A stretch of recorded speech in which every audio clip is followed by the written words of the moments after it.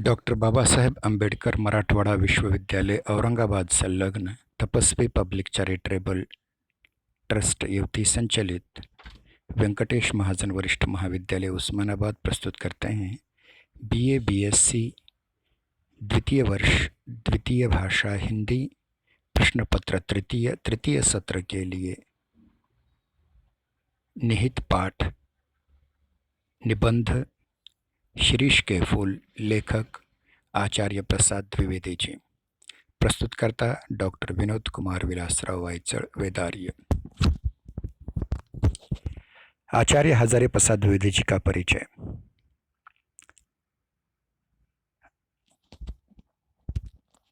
आचार्य हजारे प्रसाद द्विवेदी जी का जन्म बलिया उत्तर प्रदेश जिले के ओझवालिया इस गांव में सन 1907 ईस्वी में हुआ था। उन्होंने काशी हिंदू विश्वविद्यालय से ज्योतिषाचार्य की परीक्षा उत्तीर्ण की। सन 1940 ईस्वी में उन्होंने सरस शांति निकेतन में हिंदी संस्कृत का अध्ययन आरंभ किया। सन 1950 ईस्वी में उन्होंने वहां प्राध्यापक और निदेशक के रूप में कार्य किया। यहीं कविवर रविंद्रनाथ टैगोर जी के संपर्क में आ जाने पर मानवतावाद के प्रति आपके हृदय में विशिष्ट आस्था उत्पन्न हुई। 1950 ईस्वी में आचार्य द्विवेदी जी ने काशी हिंदू विश्वविद्यालय में हिंदी के प्रोफेसर तथा 1960 ईस्वी में पंजाब विश्वविद्यालय के हिंदी विभागाध्यक्ष पद को सुशोभित किया। द्विवेदी जी ने निबंधकार, उपन्यासकार तथा आलोचक के रूप में हिंदी जगत में प्रतिष्ठा प्राप्त की। साहित्य के क्षेत्र में उन्होंने विद्वत्तापूर्ण अनुसंधान किया। इनका देहावसान 1979 ईस्वी में दिल्ली में हुआ। द्विवेदी जी अपने निबंधों में इतिहास, पुराण, साहित्य आदि क्षेत्रों से गंभीर और रोचक तथ्यों को लेकर उन्हें समसामयिकता से जोड़ते हुए प्रस्तुत करते हैं। चिंतन मनन की प्रचुर सामग्री के साथ पुरातत्व का रिक्त तथा विविध सूचनाओं का मंजर भी उनके निबंधों में रहता है। उनकी कुछ रचनाएं निम्नलिखित हैं। इतिहास, हिंदी साहित्य का आदिकाल, हिंदी साहित्य की भूमिका। निबंध संग्रह अशोक के फूल, कूटज, विचार प्रवाह, विचार और वितर्क, कल्पलता, आलोक पर्व। आलोचनात्मक ग्रंथ कालिदास की लालित्य योजना, सूरदास, कबीर, साहित्य सहचर, साहित्य का मर्म।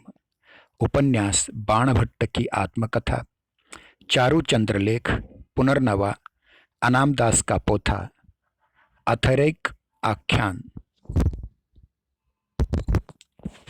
द्विवेदी जी भारतीय विद्या अर्थात इंडोलॉजी, पुरातत्व, इतिहास, धर्म, दर्शन, संस्कृति, साहित्य और समाज आदि विषयों में गहरी रुचि रखते थे। गंभीर विषयों के साथ साथ वृक्ष, लता, पहाड़, पशु, पक्षी व प्रकृति विषयों को भी उन्होंने निबंधों के लिए स्वीकार किया है। वस्तु वैविध्य के साथ साथ शैली वैविध्य भी उनके निबंधों की विशेषता है। उच्च स्तरीय ललित निबंधकारों में द्विवेदी जी का प्रमुख स्थान है। द्विवेदी जी भारतीय संस्कृति के विविध पक्षों को अपने निबंधों में अंकित करते हैं। साधारण से साधारण विषय को अपनी रचनात्मक प्रतिभा के सहयोग से महत्वपूर्ण बना देना उनकी विलक्षणता है। द्विवेदी जी की दृष्टि मानवतावादी थी। उनका पांडित्य निबंधों में सर्वत्र झलकता है। उनमें ऐतिहासिक दृष्टि और कल्पना, विद्वत्ता और सरलता, गंभीरता और व्यंग्य विनोद, प्राचीनता और नवीनता, विचारात्मकता और भावनात्मकता, स्वच्छंदता और एक सूत्रता का सामंजस्य देखा जा सकता है। द्विवेदी जी की भाषा तत्सम प्रधान होने पर भी आत्मीयता से युक्त है। पृष्ठभूमि गांव की होने के कारण देशज शब्दों का प्रयोग अधिक है, जो स्वाभाविक जान पड़ता है। भाषा प्रसाद गुण से युक्त है। शैली भावात्मक है, बोझिलता से दूर है। शैली का लालित्य मन को बांध देता है। भाषण शैली का प्रभाव और ओज तो विद्यमान है ही। विवेचन शैली, भावात्मक शैली, व्यंग्य शैली आदि का भी प्रभाव दिखाई दे जाता है। अपने मत की पुष्टि के लिए संस्कृत आदि भाषाओं की काव्य पंक्तियाँ, सूक्तियाँ आदि उद्धृत की हैं जो विशेष प्रभाव की सृष्टि करते हैं। निबंध शिरीष के फूल, लेखक आचार्य हजारी प्रसाद द्विवेदी।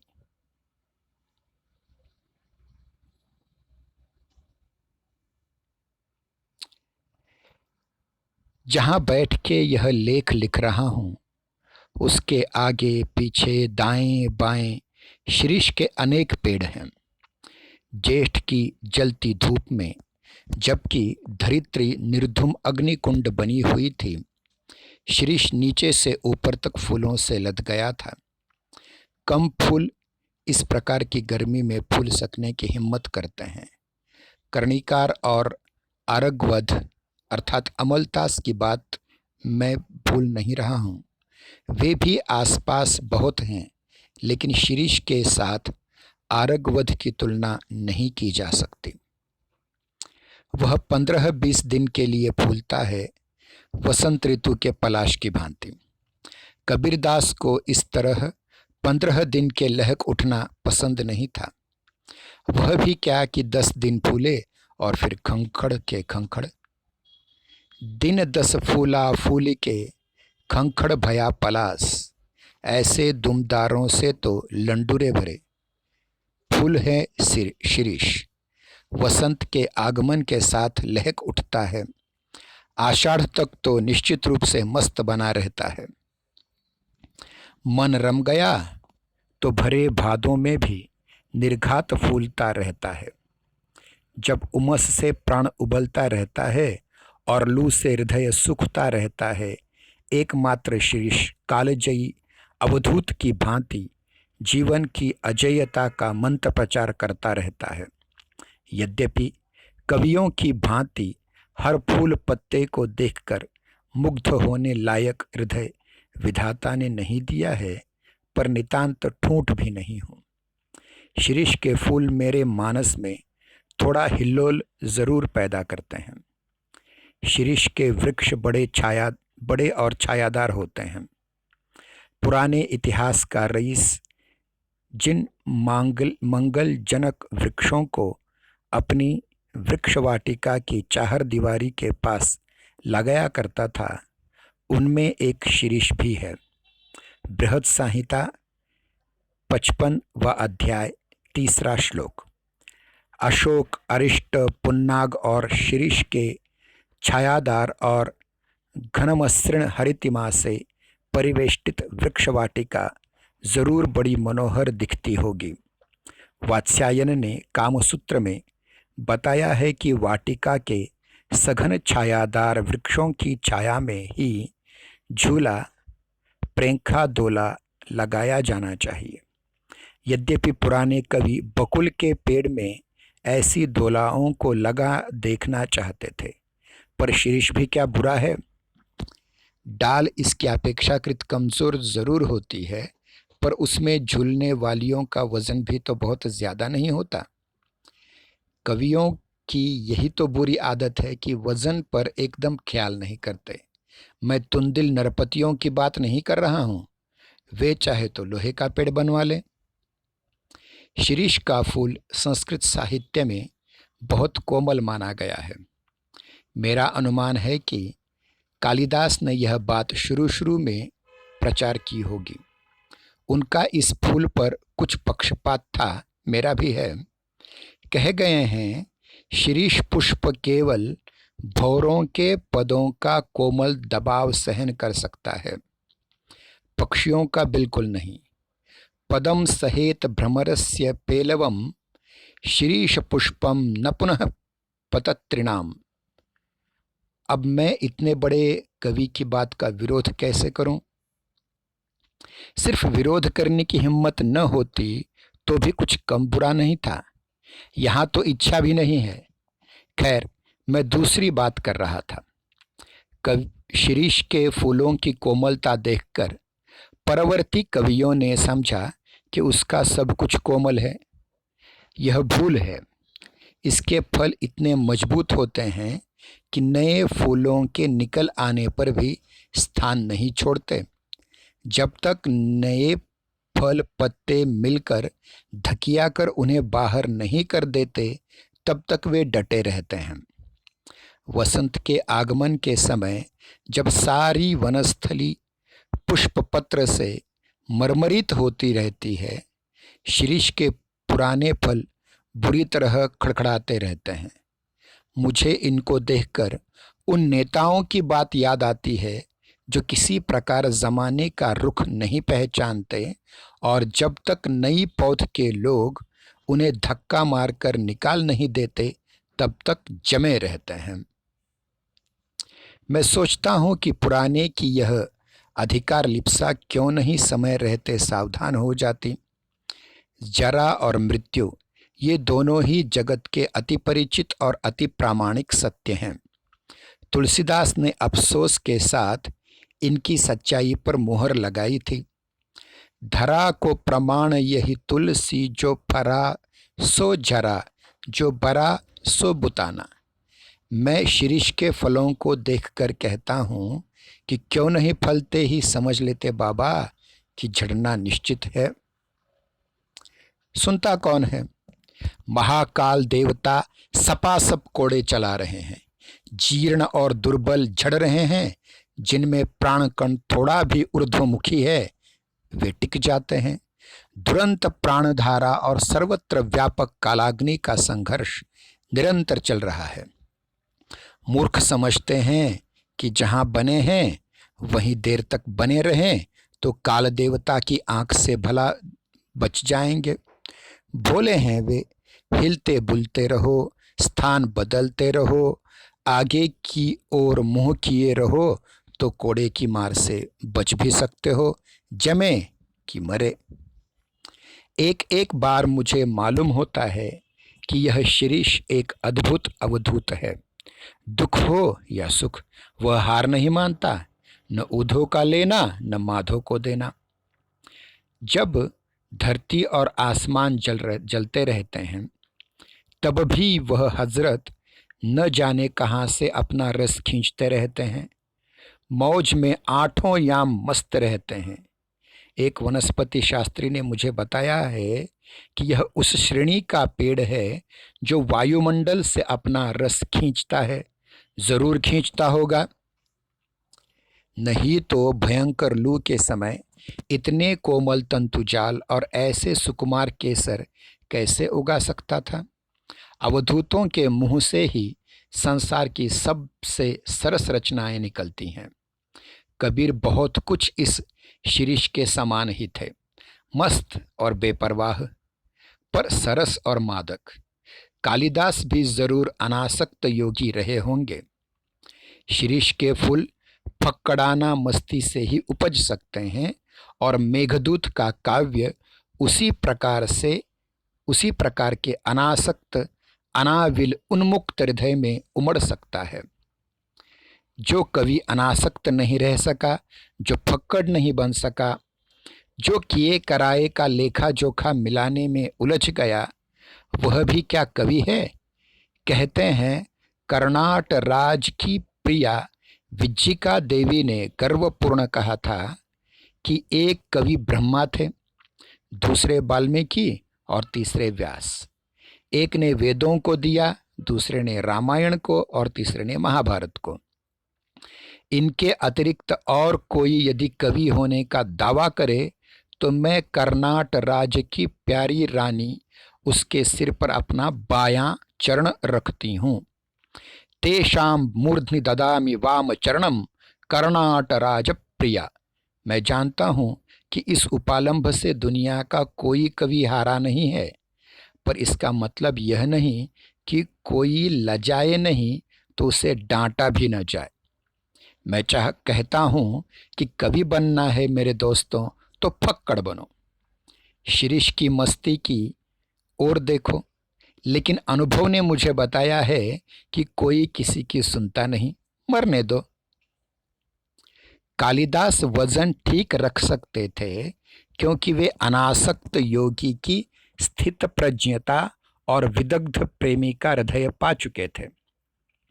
कवि होने से क्या होता है, मैं भी छंद बना लेता हूँ, तुक जोड़ लेता हूँ, और कालिदास भी छंद बना लेते थे, तुक भी जोड़ ही सकते होंगे।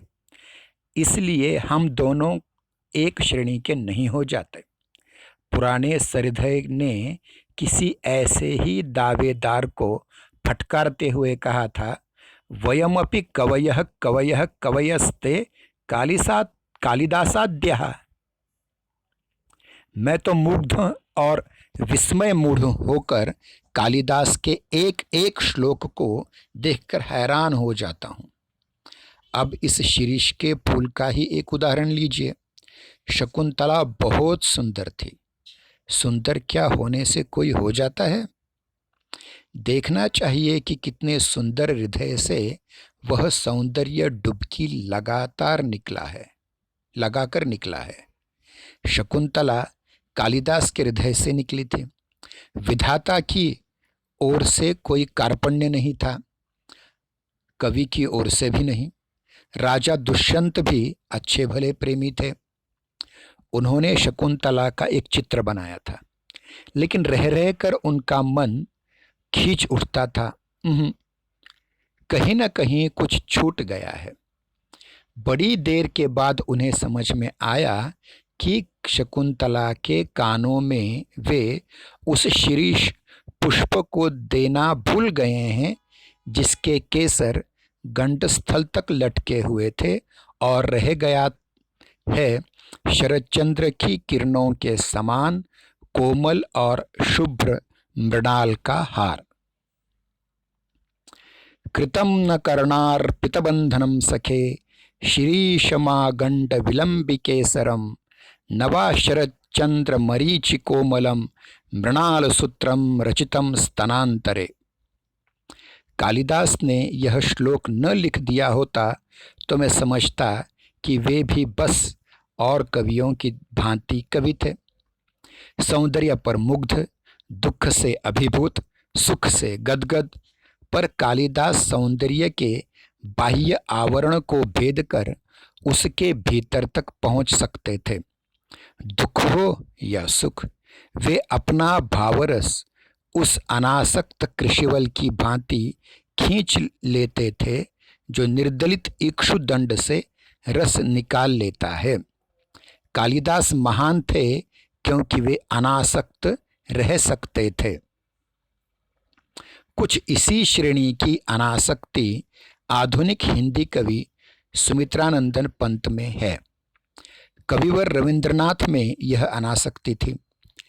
एक जगह उन्होंने लिखा है, राजोद्यान का सिंहद्वार कितना ही अभ्रभेदी क्यों न हो, उसकी शिल्पकला कितनी ही सुंदर क्यों न हो, वह यह नहीं कह सकता कि हम में आकर ही सारा रास्ता समाप्त हो गया है। असल गंतव्य स्थान उसे अतिक्रम करने के बाद ही है, यही बताना उसका कर्तव्य है। फूल हो या पेड़, वह अपने आप में समाप्त नहीं है। वह किसी अन्य वस्तु को दिखाने के लिए उठी हुई उंगली है, वह इशारा है। शिरीष तरु सचमुच पक्के अवधूत की भांति मेरे मन में ऐसी तरंगें जगा देता है जो ऊपर की ओर उठती रहती हैं। इस चिलकती धूप में इतना सरस वह कैसे बना रहता है? क्या यह बाह्य परिवर्तन, धूप, वर्षा, आंधी, लू अपने आप में सत्य नहीं है? हमारे देश के ऊपर से जो यह मारकाट, अग्निदाह, लूटपाट, खून खच्चर का बवंडर बह गया है, उसके भीतर भी क्या स्थिर रहा जा सकता है? शिरीष रह सकता है। अपने देश का एक बूढ़ा रह सकता था, क्योंकि मेरा मन पूछता है कि ऐसा संभव हुआ क्यों? कि शिरीष भी अवधूत है। शिरीष वायुमंडल से रस खींचकर इतना कोमल और इतना कठोर है। गांधी भी वायुमंडल से रस खींचकर इतना कोमल और इतना कठोर हो सका था। मैं जब जब शिरीष की ओर देखता हूँ तब तक हुक उठती है, हाय वह अवधूत आज कहाँ है। सभी दर्शक छात्रों का धन्यवाद। इसी प्रकार से हिंदी भाषा एवं साहित्य पर आधारित वीडियो देखने के लिए इस YouTube चैनल को सब्सक्राइब कीजिए, इस YouTube चैनल की सदस्यता लीजिए, प्रत्येक वीडियो को पसंद कीजिए और अपने मित्रों को साझा कीजिए। धन्यवाद। फिर मिलते हैं एक अन्य वीडियो के साथ।